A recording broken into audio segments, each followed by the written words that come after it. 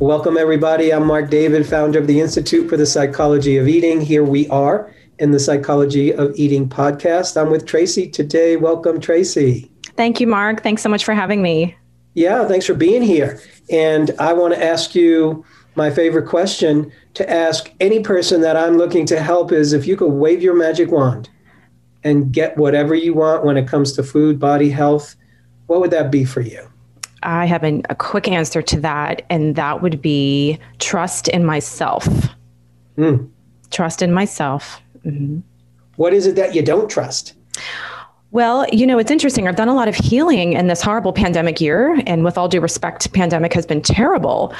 And I represent somebody that made some significant deep dive personal shifts. It was an opportunity for me to dive deep and to discover some things about myself that I had been battling my whole life, but working too hard to notice. And I learned how to trust that I knew how to eat, and I could trust myself as an eater. And I struggled with that for a really, really long time. And I made some huge breakthroughs in 2020 with some problems I had with sugar binging that ebbed and flowed throughout my life. And I finally, I'm about, I'd say 6 months into the confidence in the work that I've done to trust myself as an eater. Mm-hmm. So give me some more details. When you're not eating the way you want to eat and when you're not trusting yourself, what does that look like? Right. When I am using donuts to escape from something I don't want to feel, I don't want to deal with, or avoid a task that is daunting to me, or to be alone and to feel like I'm on vacation by myself when no one's looking. Mm-hmm. So I haven't done that in a really long time. And I've done that my whole life to varying degrees. And it was a big, ugly secret that I kept to myself for a very long time. Mm-hmm. And would it just be, a few donuts or whatever it was here or there? Would it be a lot? Would it be every day, every other day? Give me a Yeah. sense. Yeah. Well, I'd have to say in my mid-teens, all the way through my mid-40s, it was probably a lot. Like I could put away like a whole medium box of donut holes. And then a few hours go by and I go through that crash, and then I'm going for ice cream, and then it would turn into something else, and I would fall asleep and figure tomorrow's another day. I'll just erase this and exercise like crazy at 6 a.m. and erase the damage, which of course never worked. So the amount of sugar that I would be consuming for the same reasons started to decrease through my late 40s. I just turned 50 in May of 2020. And I noticed that I couldn't get away with that anymore. Less of it made me feel like I had a ton of it back in my 20s. And so I started to pay attention, and I started to what I thought was control my portions, but I was still using that to cope with certain emotions on a regular basis, always in private, in private. Yeah. So when you're using sugar to cope with certain emotions, can you guesstimate what those emotions are or what those situations are? Yes. So I have been in the fitness profession for this month is 30 years. Wow. And being in fitness, instructor, personal trainer, I own a small studio here in the Mid-Atlantic. And I'm not going to say fitness comes with a stigma. I created the stigma of you have it all together. I had all the answers to wellness and health. And of course, I eat perfectly and I exercise perfectly and everything's perfect. Mm-hmm. So I would wear this mask in my work all day long, and I would do a darn good job with every effort that I had in my soul for my clients and perform in front of groups and build camaraderie. And that can be very draining. And I would give everything I had.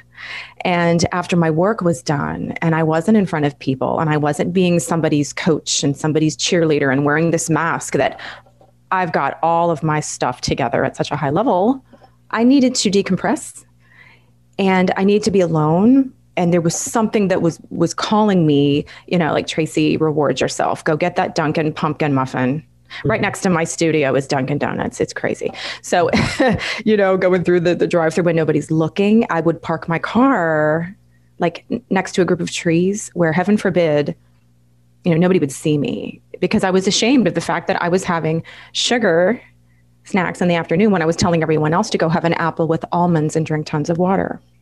So I was not walking my talk the way that I proclaimed to do. And that just did a huge number on my self-esteem and all that stuff. Sure. It was hard.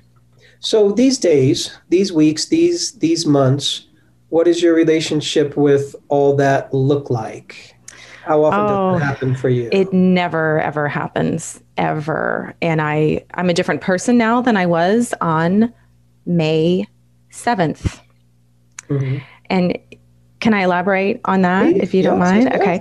So every year between Halloween and Christmas, I would put on 10 pounds and I hid it well. I had certain clothes where I could hide certain things and I just felt horrible. And I felt victim. I literally had different strategies. I'm going to diet, I'm going to get through the holidays. And I didn't know how to handle all of the foodie events and the baking and all of that emotionally. And I would go into this with the best of intentions. And by December 31st, I would cancel plans for New Year's Eve because I felt so bloated. And I was at the lowest point of my life every year, December 31st, for as long as I can remember, including December 31st, 2019.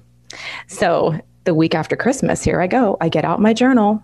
I'm a coach. I tell people, journal, set goals. I'm doing that. And I set the same wrong goals that I did every year, which was start a new controlled diet that I thought I was in charge of and get clear on the exercise and just go at it again and fight, like start the fight again, January 1. And I had a goal for 2020. I was going to get to my best self at age 50. What that looked like, of course, I picked a number on the scale because I just did, and a few other things. And as the year started, I think it started out pretty good. Like I'm like everybody else. The first couple of weeks in January, I'm all pumped. And then work got heavy. I got distracted, started bringing in some of the clean eating dark chocolate cookies, stuff like that in the afternoon that wasn't serving me. And I was denying that. Pandemic hits March. And Marc, when I was a child, I need to pave the road here a little bit. The joke in the family is when I cried, they gave me a cookie starting at age 2. So I was an overweight child and I had this epiphany and addiction to Little Debbie snack cakes and all the things, all the tasty cakes and the Hostess stuff, and ate horribly as a child. And it showed. I wore the Pretty Plus clothing line for girls from JCPenney's. It was terrible. So a horrible body image stuff started. I was always that kid that needed to lose about 20 or 30 pounds. And I would eat in private to escape stress and peer pressure. Teen years were terrible, So when pandemic hit, I somewhere in my emotional brain, I dove back really far to that child. And I had Ben & Jerry's ice cream for 2 weeks straight in a row for dinner. And it was like, what flavor am I having tonight? I gave up on myself. I felt like I gave up on myself, and that scared me. And I just lost all sense of reasoning, and I lost my fight in me. And that's what I've been doing all these decades, is fighting. Well, pandemic did something like a switch. Like I couldn't fight. And I felt like I have 2 directions I can go officially now. I can either let this take me down and become very depressed. I was feeling that. I was feeling depressed. And, or I can harness the sense of badass that I knew was in me, and I can make some serious, difficult, uncomfortable shifts and admit and put my ego over here that I have a problem. And guess who needs a coach? Me. Guess who was always thinking, well, I am the coach. I got all the answers. All I need to do is get out my books and make new goals. No, there's something I'm missing, and I'm going to humble myself enough to get a health coach who gets me, who understands me. And so I got out your Nourishing Wisdom, Slow Down Diet, and I remembered all the wonderful nuggets of wisdom that I learned in your program, trying to be a better professional when I did your program. Okay. It was about me being a better coach, ignoring the fact that, I struggled with sugar, didn't tell anybody. So I decided to take the bull by the horns, and a podcast that I listen to regularly, Dr. Pamela Peeke, her podcast, capital H-E-R. I just worship her. I love her dearly. All women's wellness. And I've read all of her books. And I'm driving to work one day. I have a 30-minute commute, which is blissful. And the speaker of the day, first of all, the topic was about sugar addiction. I was like, whoa, what is this? And so she was interviewing someone named Molly Carmel, who is a therapist in New York City, directed towards sugar and emotional eating. And she had a story that was real close to me. And I'm listening to her speak. And I damn near wrecked my car because I had to have her book. So I'm driving, I'll admit it. I'm Amazon. Where's this book? Breaking Up with Sugar. That was Molly's book. And I'm crying because I felt like I was at Girl Scout camp. Like I made a friend who gets me, deeply gets me as to, well, she did the same thing with sugar that I did and I'm still doing. So that was my moment. I bought her book. I had some coaching with Dr. Peak, which was great. And I did what she said to do in the book because I cried my way through it and I humbled myself to realize that I don't have all the answers. And I've got to shake this little ego thing about being a coach and focus on my princess that needed healing to step into queen, your words. And I needed help to do that. So Molly was one of a few people that I met in a line of like Facebook groups. And I finally became part of a community and putting myself out there and what my struggles were. And I'm making friends. And it was nice. It was like, I'm out of my professional world. I'm putting myself out there in the community is something it's embarrassing. I was very shameful about my sugar binging. I wasn't going to admit it to anybody. It was something I held very, very privately. I was so ashamed of it. If somebody would have told me a year ago that I'd be talking to you right now on this show, I would have passed out. So when I opened my heart to others and realized that I'm not alone in this struggle, a softening happened. And I found a one-on-one coach who helped me understand that I have a problem with being enough, telling myself that I'm enough. I have a problem with slowing down my mind, my eating, anything, because something inside tells me, and I grew up in the 70s and 80s and I had very loving parents, but winners work all the time. When you just keep working, you keep pushing, you don't slow down, because if you want to be successful, you have to work harder than the next guy. So slowing down and taking breaks, I was scared to do that. So the overwhelm and this, I'm never good enough. I'm never going to be enough. I have to just keep working, keep planning, keep controlling is what was making me want to escape and be alone with my donuts. So had I not discovered a coach to help me pull back those layers and learn how to feel and stop fighting, I didn't know how to feel. I didn't know how to comfort that little girl inside of me that was begging for those donuts. Sure. So sounds like you made some amazing strides. And what's the challenge for you now? When I asked you if you could wave your magic wand and get what you want, you said you would trust yourself. So where are you in the scale of where you've been and where you want to get to? Like, where are you on the map? I never in a million years thought that I could say that I trust myself. I don't have those triggers anymore. I don't feel like I have to fight because I have shifted my identity with who I am. Part of my coaching was to uncover my values, my real values, not the values that I wear when I have my mask on, like, and what they should be, what they really are, what they really, really are. Not what I feel like my parents wanted them to be or what I should be chasing in my life. Like, who am I with the mask off? What's really freaking important to me? And I'll tell you, once I did that deep work and I discovered that my number one value is health and wellness and being healthy and fit and having energy,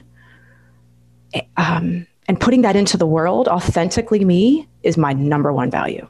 Mm-hmm. And it's fine if it's not somebody else's, but that's mine. So when I discovered that and owned it, I said, okay, well, how I live my life every day has got to be in alignment with that high value, or something's off. When I feel out of alignment and something's off and I try to work harder and fix it and fight it, that's what was taking me to the sugar. So now that I understand and know who I am, and Marc, honest to God, I can finally tell you that I have stepped into my queen. I thought that I got that when I was in your program. I mean, I understood it and I told everybody else, I health coach clients, you step into your queen. I hadn't stepped into mine until this past year. And it just feels good, let me tell you. Yay. Yeah. So I get it now. So I'm still trying to understand from my end. This is such a great story. Is there a place where you need some help or some coaching here? Yes. Yes. I am still. I'm just asking, how can I be of service to you? You've made some incredible strides. Yeah. So that's why I'm trying to find out where you're at right now. And is there some support that you need? A weak link of mine right now, and I'm part of a ladies mastermind group for the first time ever in my life. I coughed up the money to be part of this because I'm eager to learn how to not worry about judgment and criticism, and how to put myself out there confidently without worrying about what's somebody going to think. Am I being arrogant? I feel like my story with restrict and diet and binge is so huge that I'm feeling a really big calling to do work in this particular endeavor. And I'm kind of, my ideas are all over the place, and I struggle with, well, who would listen to me? I'm not a doctor. I'm not a nutritionist. I'm not a dietitian. I'm a fitness chick who has a couple of health coach certifications that gets along really well with people.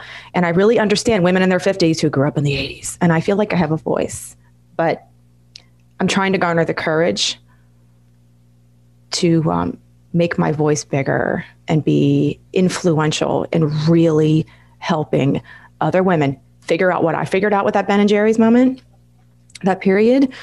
I've worked with women so many years, and I see them carrying the same weight, and I see the look on their face that the trust isn't there. The answers aren't there. They feel like they know what they should do, but they're not doing it. And they don't understand why they can't form some new habits. And I really feel like I could help people with that. So that's my next journey, is to garner the confidence. And I'm on day, 245 right now. No refined sugar, no refined flour. Hello.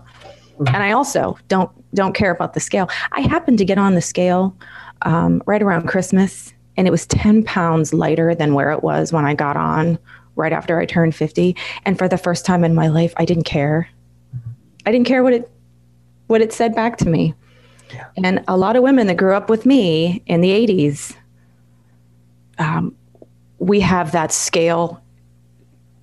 Like, look at the look on my face changing. It's just, we've given our power away because that's what we were conditioned to do. Sure. So then, correct me if I'm wrong. So for you, trusting yourself in this conversation means having the courage to put yourself out there and give the gifts that you want to give, and be the person in the world that you want to be, and just feel like I can do that. I can trust that I can be me, and that this can work. So I'm just sort of paraphrasing. Does that ring true for you? It is. And I feel like a fish out of water with not running and bolting to sugar when things get tough for me and recovering from that.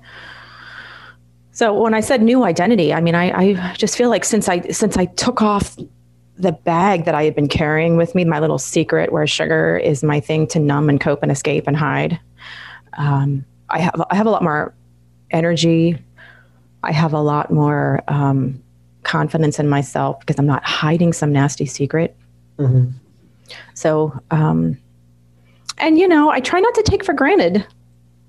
For example, yesterday, my husband just did something that made me mad. He just made me mad. And I found myself at the fridge, and I started eating cheese. And I stopped and I said, what is this? What's going on? Like, it was dinner time. I was never able to stop and say, okay, how am I really feeling? What's really going on here? Well, he just said something that upset me. I'm not hungry.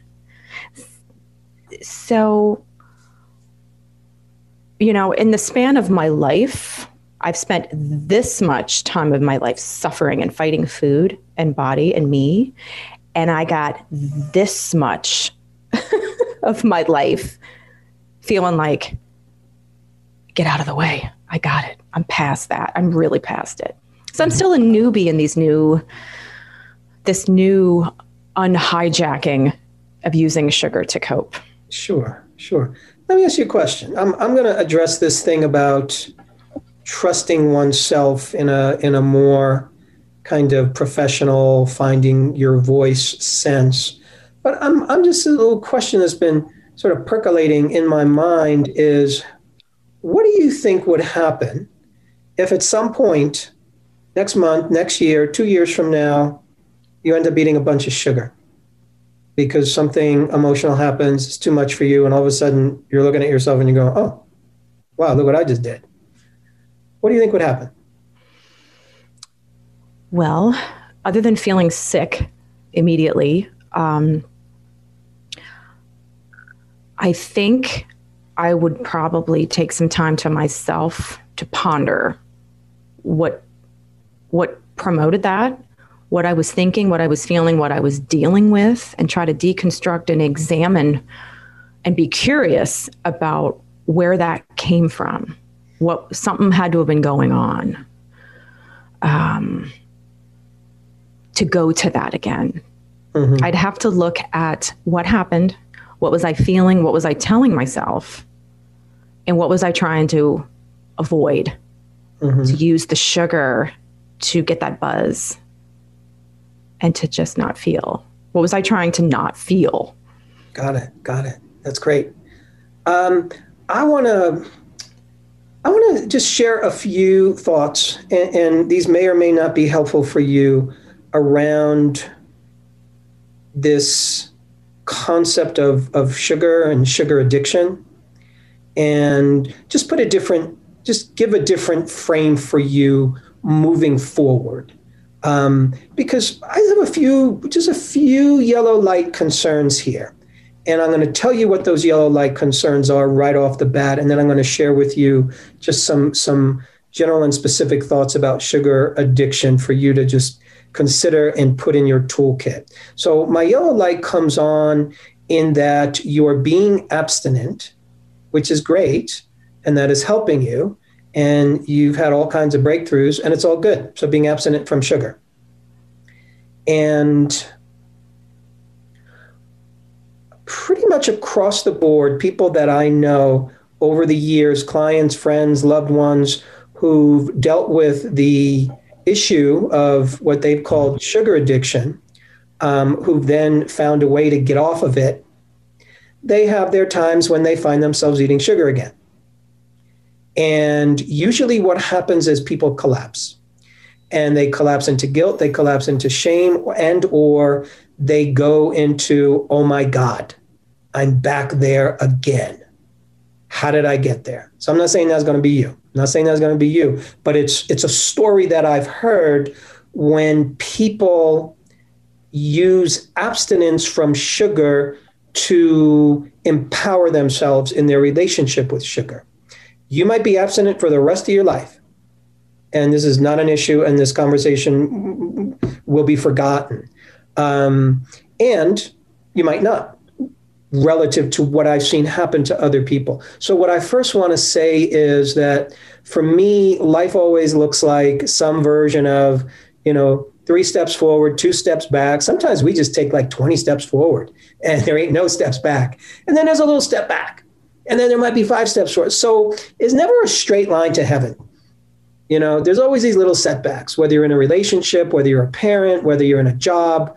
No business ever just starts here and then just skyrockets very slowly in a straight line. There's always various setbacks. What I believe is setbacks when it comes to our food and body challenges are wonderful. They're beautiful. They're amazing opportunities for us to see how far we've come. Because the key to any quote unquote setback, to my mind, is forgiveness. The key to setback in my mind is embrace the person, me, you, who just had the setback, love them, do the things you said, ask questions. What was I thinking? What was I doing? What wasn't I feeling that I needed to reach for sugar? But to understand that there's a certain humanity in that. There's a certain humanity in us where we're not perfect. And life might get hard. It might not get hard to the point where you're going to reach for sugar. And this might be more speaking to people out there as opposed to you. So I'm aware of that. because people often say, I want to get rid of my binge eating problem, and therefore that means never binge eating again. I want to get rid of my overeating problem, therefore that means never overeating again. If I never overeat or binge eat or emotionally eat, that means I'm good. And I don't subscribe to that belief. I subscribe to the belief that, yeah, you and I know when we've made progress with our emotional eating, our sugar challenges, our binge eating, our overeating. People know when they make progress. Progress is very clear. And humans have setbacks. Humans who emotionally eat, we're emotional people. You're an emotional person. Whenever I eat, I'm in an emotional experience. So this is me just saying a few concepts about emotional eating, and I'm going to get to sugar in a second. We're creatures of emotions. I sit down to any family dinner, I'm emotional, meaning happy to be here, or, ooh, there's tension, or, ooh, there's things that need to be spoken, or, oh, it's so great to see you. You go out on a date with somebody and you go to a meal. That's an emotional experience. So we're human beings. We're always bringing emotion to the table. I have my favorite, I go to my favorite Japanese restaurant. I'm happy all day thinking about. I'm going to my favorite Japanese restaurant. Eating is emotional by definition. What happens is we get hijacked sometimes at a young age, like you did. Oh, she's crying, give her a cookie. So then you and I make the association, feel bad, get sugar from the big people, feel good. So every time I feel bad, I'm going to reach for sugar because then I'm going to feel good. Feel bad, eat food, feel good. Feel bad, eat sugar, feel good. That becomes ingrained in us as a habit. It's very easy for human beings to go there. What I want to say is, and you've used the term sugar addiction, consider this point of view. Consider for a moment that there's no such thing as a true sugar addiction, and that addiction might be a too strong of a word. Might be too strong of a word. I'll tell people, in my version of looking at the world, I will say to people, well, first of all, there's no such thing as food addiction. Are there aspects of people's relationship with food that can resemble addictive behaviors? Sure. But one cannot be addicted to that which is essential for life. You can have a cocaine addiction. Cocaine is not essential for life. Alcohol, not essential for life. Heroin, not essential for life. Crack, not essential for life. Food is essential for life. So nobody can tell me they have a food addiction. You need food. Addiction in our universe of conversation around addiction generally implies abstinence. If you're addicted to something, what's the answer? Be abstinent from it.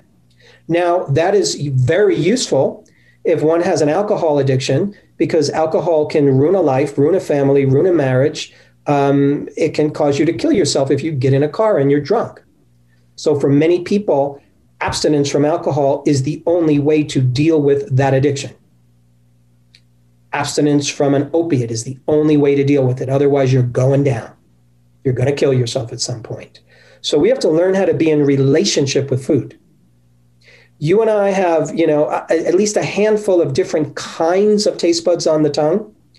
The taste buds that are most abundant, that fire the most, are our sweet taste buds. So you and I are born with an abundance of sweet taste buds. They're in the middle and the center, towards the front of the tongue. And what are they doing there? They're sitting there waiting for something sweet. We are built for pleasure. There's parts of the human body that is just built for pleasure.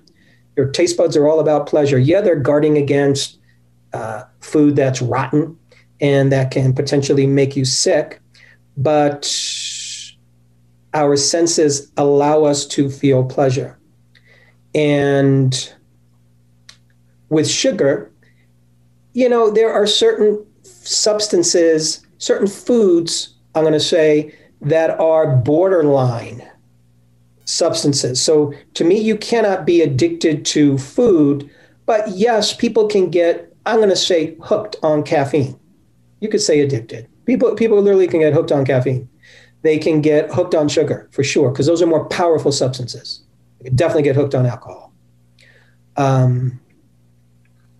So I just want to capture that there's no problem bringing our emotions to the table, when it comes to food. Like, I want you to be an emotional eater, meaning a human being that has emotions and that feels when you eat. I want you to feel pleasure. Ideally, I want you to feel celebration. I want you to feel good about yourself, as opposed to, oh my God, I'm using food to make myself feel better. When you and I are hungry, when you and I are starving, we will kill for food, or at least an animal will. We'll get very angry. We'll get very directed to find food. So a creature that is hungry or ravenous, a human that is hungry or ravenous, there's an emotional state that goes along with that, to find food. So there's a certain part of emotion that drives us. I'm just wanting you to not miss the part of you that's emotional. And I don't want you to feel that you have to overly control all your emotions. And I just don't want you to feel that if you did end up having some sugar, that means failure. If you are anyone who's trying to be abstinent from sugar, has sugar, I want you to look at it as opportunity to ask questions, be curious, and 100% the lesson to be learned there is, I'm a human being. I'm not perfect. How fast can I forgive myself and move forward? No different than if your child is, learning something in school and they can't quite get it. You wouldn't slap them, you wouldn't beat them up. You wouldn't abuse them, you wouldn't abandon them. You wouldn't question, well, what's your problem? What's wrong with you? What's your issue? No, you'd give them a big hug. Like, how could I help you here? You wouldn't hold them guilty that they're imperfect and learning in a certain area. So I want to say it is possible for you at a future date to have sweet foods in your diet. It's possible to have sugar in your diet. Yeah, I eat a couple of donut holes, twice a week, once on a weekend, once a month, on Christmas. So that's a conceivable state to be in.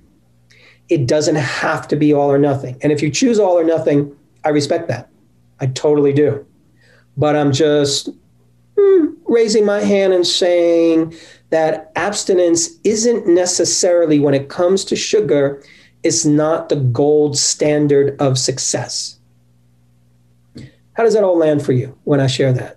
Oh, it lands so well. And I want to describe to you an experiment that I did have and I had planned for this over the holidays.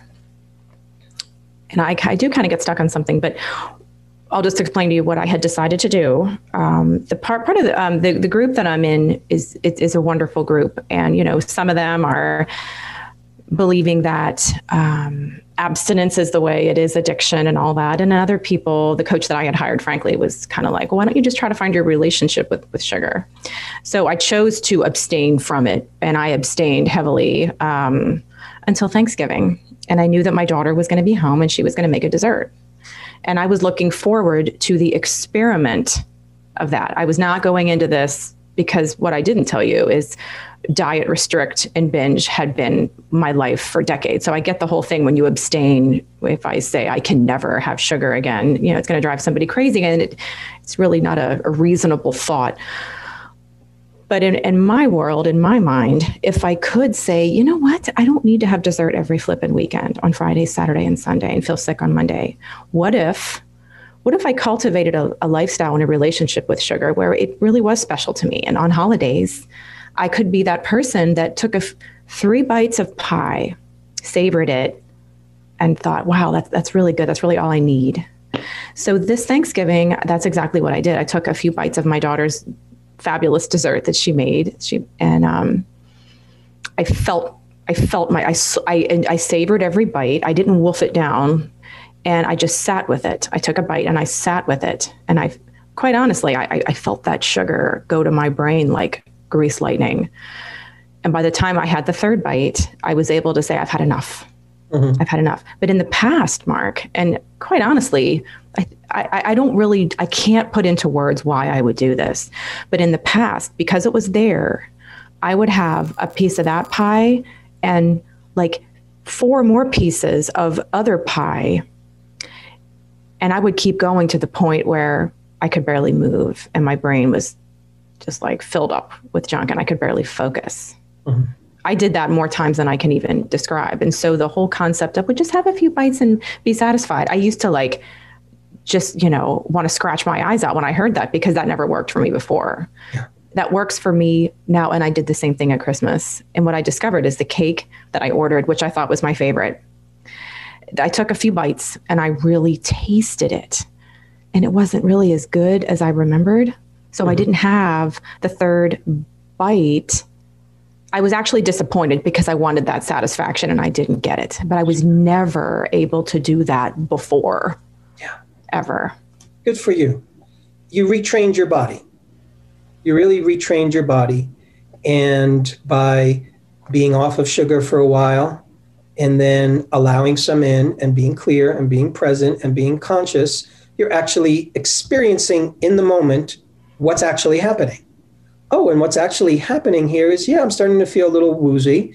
And, this thing I thought that was going to give me a certain experience doesn't do that for me anymore. So then it's not a struggle to control, but rather it becomes a choice in the moment that is more easily made because you told me your value is health. Yeah, it's one of my values. One of my values is health. I like to feel good. So if something doesn't make me feel good, definitionally, I don't like to do it, health-wise. If somebody's going to harm my health, I don't like to do it. Why? Because I like feeling healthy. I like feeling energy. I like feeling my brain power. I don't like feeling dumb. I don't like feeling like I'm just woozy and a couch potato. It's not enjoyable to me.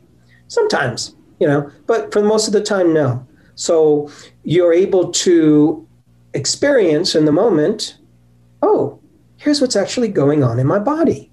And oh, now I'm measuring that against my values. And oh, my values happen to be pretty clear and they're pretty strong. And that's what carries you through. So trusting yourself, which is what you said you want to do. I'm going to give you my definition of you trusting yourself. Please forgive me for this. My definition of you or any of us, a definition. There's lots of definitions of trusting oneself. A definition of trusting oneself when it comes to food is this, that no matter what I do with food, no matter what I eat, I have enough presence to stand by myself, to not abandon myself, and to not harm myself if I do something that goes against my own rules and guidelines. So even if I falter, even if I have a moment of darkness and unconsciousness, I trust that I'm not going to beat me up, that I'm not going to go, oh, to hell with it, you do that, then I'm going to just trash my body for the next 3 weeks. No, I trust I'm going to stand by myself. That's your friends. Chances are that's your significant relationship. The people that you are truly closest with, you trust that they're going to be there for you. That even if you're in a pissy mood that day, they're still going to look past that and love you. That even if you gain 5 pounds, they're not going to judge you and hate you and leave you. That no matter what, they stand by you. So that's the people that you trust the most, chances are the ones that they're going to stand by me. Pretty much no matter what. So that's what trusting oneself is. Trusting oneself to me doesn't mean I trust that I'm not going to eat sugar. That's a little tough.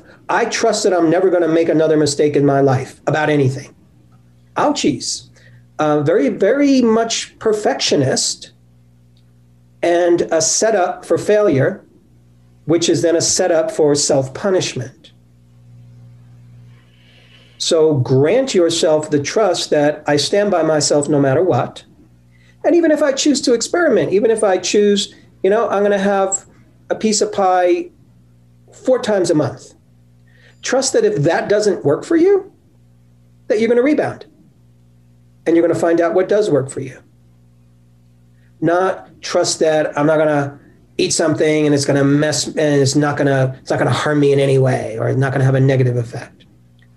So it's you being able to be human, imperfect, be in your nutritional and health and body journey where you're going to have successes and you're going to make some mistakes sometimes, but you're going to learn from them and move forward.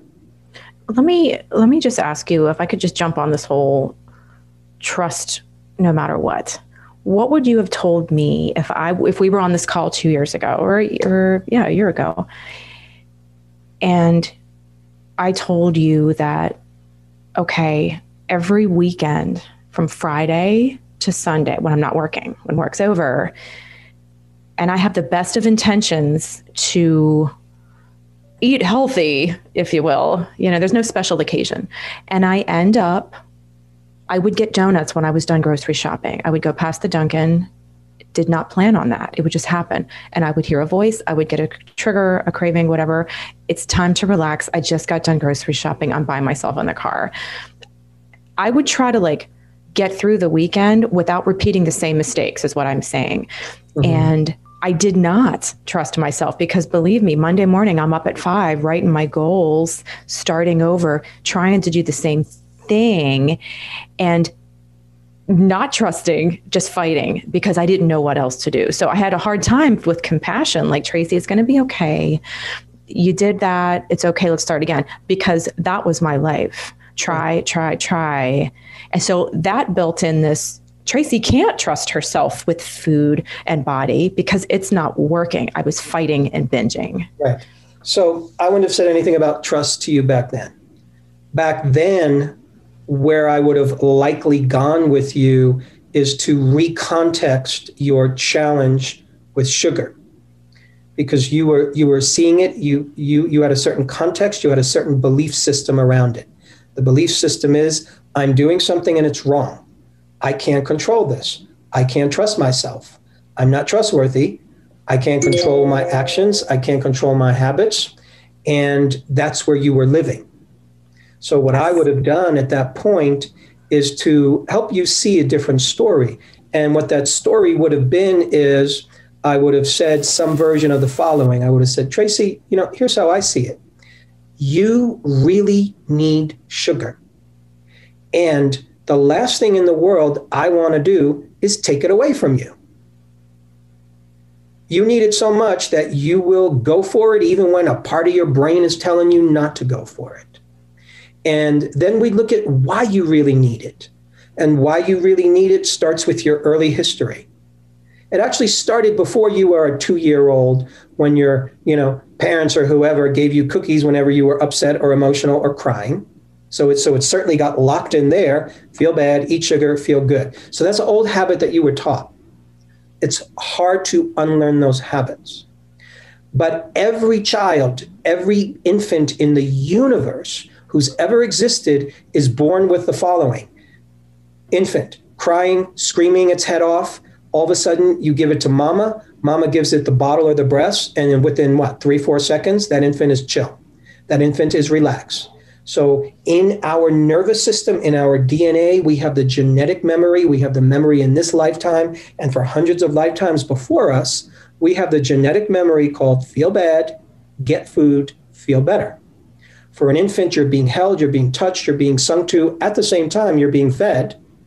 So it's all one amazing experience. The infant nervous system doesn't separate out. This is my mother touching me. This is her warmth. This is her soothing voice. This is the love I'm feeling. This is the delicious taste in my mouth. It's all experience as one. That child, that infant is in heaven. So food is literally our first feel-good experience. So, and there's nothing wrong with that. Because in order to survive as a species, we need to eat and we need to procreate. So whoever designed us was pretty smart, because the things that we need to do to survive feel good. Procreation feels good.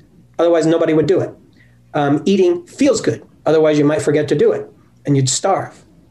So my point is, there's always a brilliant reason rooted somewhere in biology or psychology or both as to why we do the things we do with food. In this case, why do you do the things you do with sugar? What's the brilliant reason rooted in biology? I just explained it to you. It starts with infancy for every human in all of human history. We have the genetic understanding, feel bad, eat food, feel better. It's brilliant. I have a bad day, I come home, I have some pasta, I feel good. Like, how cool is that? It actually works for me. And for a lot of us, it doesn't work when we overdo it. And it doesn't work when we have other emotions and those emotions need to be attended to, yet we're using the food or the sugar to help give us the pleasure, the goodies, the feel-goodness that we want. So yes, it becomes problematic. But then what it really is, it's an opportunity for growth. So many people who have come to me with a self-prescribed sugar addiction, I never take sugar away from them because they need it. That's what's making them happy. That's what's making them feel good. So what I have to look for, and what I would have told you then is, okay, let's start exploring who you need to be as a person so that you don't need sugar to give you that feel-good hit. Who do you need to be as a person? Because usually the people I know that are hooked on sugar, they don't like their jobs, they don't like their relationship situation, they don't have love in their life, they don't have intimacy. They're not happy in their relationship, their voice is not coming out, they're being repressed somehow, and they aren't reaching out to the things that give them pleasure and value and a sense of feel good. They're not adding in more life. They're not creating intimacy, or they're not creating emotional connections, or they're not being their authentic self. They're not coming out with their true voice. They're not claiming their true desires. They're not owning their true values. So it's not about cutting out sugar. It's about adding in life so that all of a sudden this intense need for sugar becomes, I don't need it that much. So you didn't just get off of sugar. You said to me, I did all these things that changed me as a person. You stopped isolating with your challenge. You got more humble around it and realized, oh, wow, this is a shared experience. I'm not the only person who has this. And I don't have to suffer in silence. And I don't have to put out this persona to the world and hide myself. Because then that makes the need for sugar even more intense. Because all that, I got to hide this energy, people can't know this, that increases the need for relief because there's so much excess stress. So, and then you got in touch with some of your core values, and then you can start to live by them more. So you became more as a person. You grew personally. You grew emotionally. And you're not being, to me, you're not being abstinent per se. Abstinence is not what's gotten you where you are right now. What's gotten you where you are is you shifted as an individual. And then it becomes easier to let go of sugar. That is why, Marc, I can walk past the bakery in a grocery store and not feel anxious, like I'm missing out on something or I'm deprived. Yes. And that is just completely huge for me. That's awesome. And I've never felt like that before in my life. I'd love to hear you expand more on this. So I am sure you could write books about the controversy on food is addictive, food is not addictive. So your platform is, there is no such thing as food addiction. And I hear from people frequently that food addiction is real, sugar addiction is real, sugar addiction is not real. And I understand both. It's interesting to hear your perspective and to hear their perspective. And I know where I'm coming from with it now as well.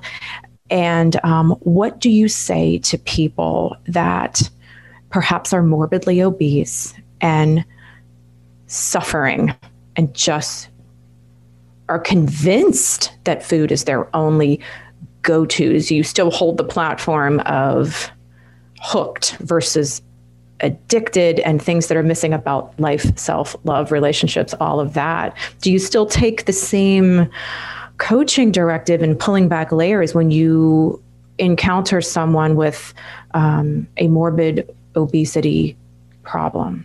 It doesn't matter what the weight is. It's always, if a person is truly carrying excess weight and they're truly turning to food for their emotional relief and release, then it's still the same exploration for me, which is, who do you need to be so that food is not so important? Food is important to people who are eating it in large amounts for a good reason. Everybody has a good reason. I'm always interested in discovering what the good reasons for. People don't have a problem per se. It's not a problem with food. Somebody who's morbidly obese does not have a problem with food. Food is the symptom.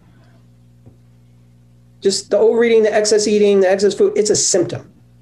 What about the brain chemistry? You hear a lot about brain chemistry. With certain people, they get a larger dopamine hit when they bite into, a piece of cake versus someone else. They don't really feel a whole lot. What is your feeling on the whole brain chemistry concept? It's really an individual thing in terms of how I work with somebody. I am not sitting around worrying about somebody's brain chemistry when it comes to their eating challenges.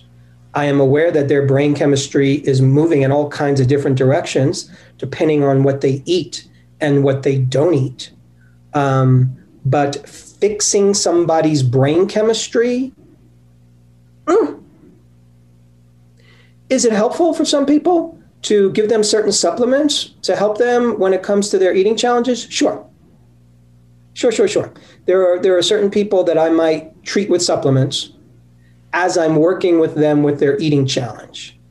However, I have never met a human being who their issue is just my brain chemistry, and it's because of some brain chemistry here that's making me do all these things and making me not able to stop. No, I don't believe that when it comes to food. Again, is brain chemistry fluctuating in all kinds of interesting ways? Sure. Does supplementation help certain people, certain amino acids? Sure. But for most people, not the answer. Why do you think, for example, if I have 3 M&Ms, I want more as soon as possible? My husband can have 3 M&Ms and be like, it's not calling me, but my brain feels like a firecracker. Viva la différence. That's what I think. We're all different. We're all unique. I could care less. If I have 3 M&Ms, I'm done. I don't like them so much. You might catch me one day a year where, I'm not a big sugar person. And there's a few days a year where I feel like I'm a big sugar person. Like, where did that come from? Yeah, it's the fluctuations of the body. We're all unique. Some people are just way more attuned to salty foods, to crunchy foods, to sugary foods, to foods that have an approximately 50-50 ratio of sugar and fat. So yes, we're easily captured by certain tastes, certain textures, and certain substances in the diet. I don't care that you're different from me, from somebody else, from somebody. I just care about the person, me as a professional that I'm working with. I don't need to generalize because I don't. Yeah, there's certain things we all share in common about who we are, how we digest, how we metabolize, but every human journey is so different. And that's why you have to address each person differently. 100%. Makes sense. I think so. Makes a lot of sense. Yeah. So what's one big takeaway for you personally from this conversation that feels useful for you?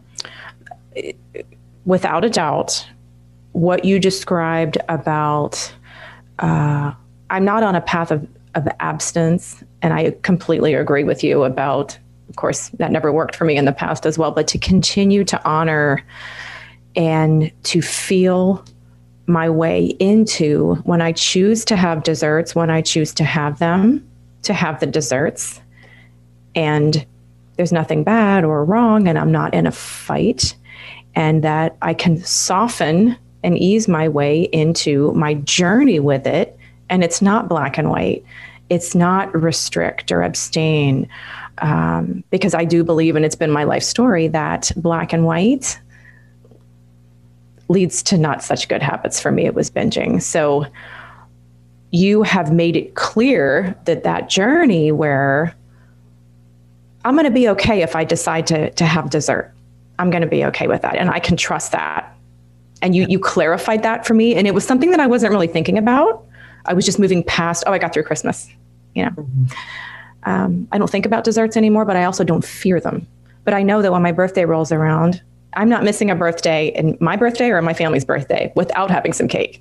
Good. But I wanted to become that person that could wait for the birthdays, that I didn't need to have desserts 3 days a week, because that wasn't serving my highest value, which was health and wellness. Yeah. So you've clarified so much and asked me to think a little bit more about it. Mm-hmm. And I want to add one final piece. Thank you for sharing that. If your value is health and wellness, it is, to me, a good idea to constantly redefine what health and wellness means for you.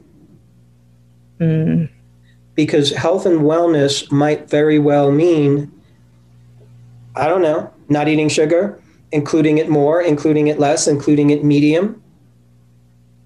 I know people who are, I would consider, extremely healthy, and they eat a lot more sugar than I ever would.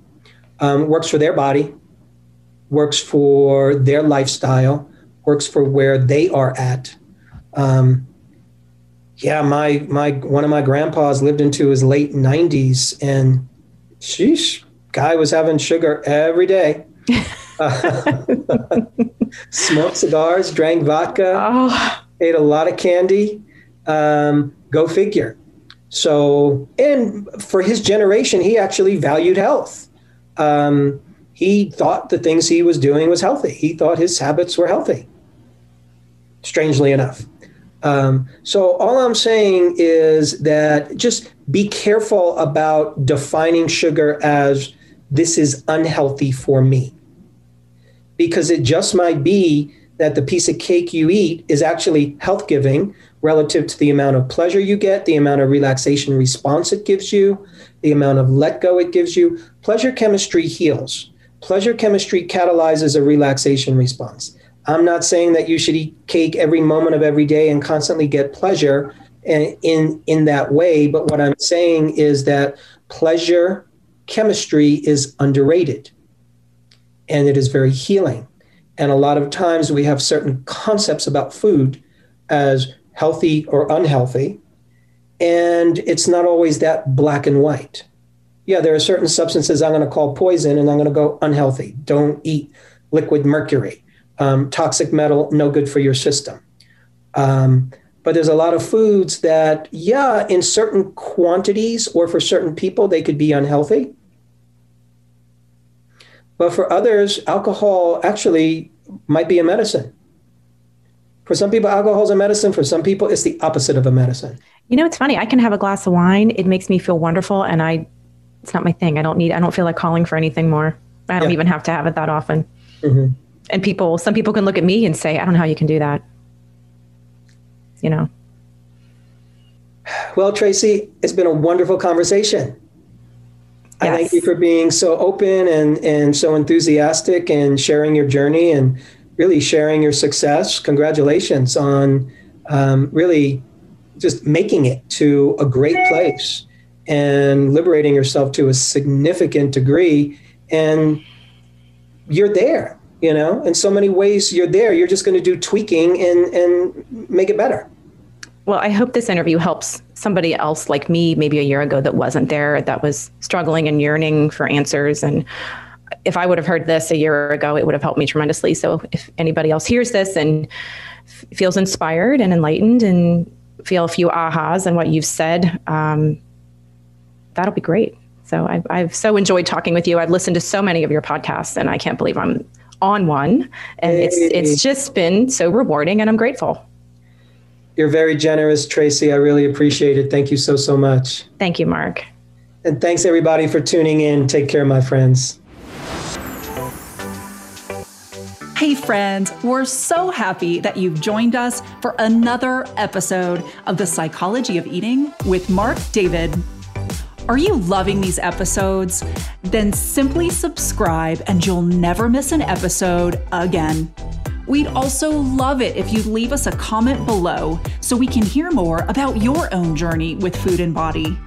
And if you're curious about what we offer at the Institute for the Psychology of Eating, including our internationally acclaimed coach certification training that's rooted in dynamic eating psychology and mind-body nutrition, please head on over to our website, psychologyofeating.com. Until next time, take care. And remember, having the body you want starts with loving the body you have.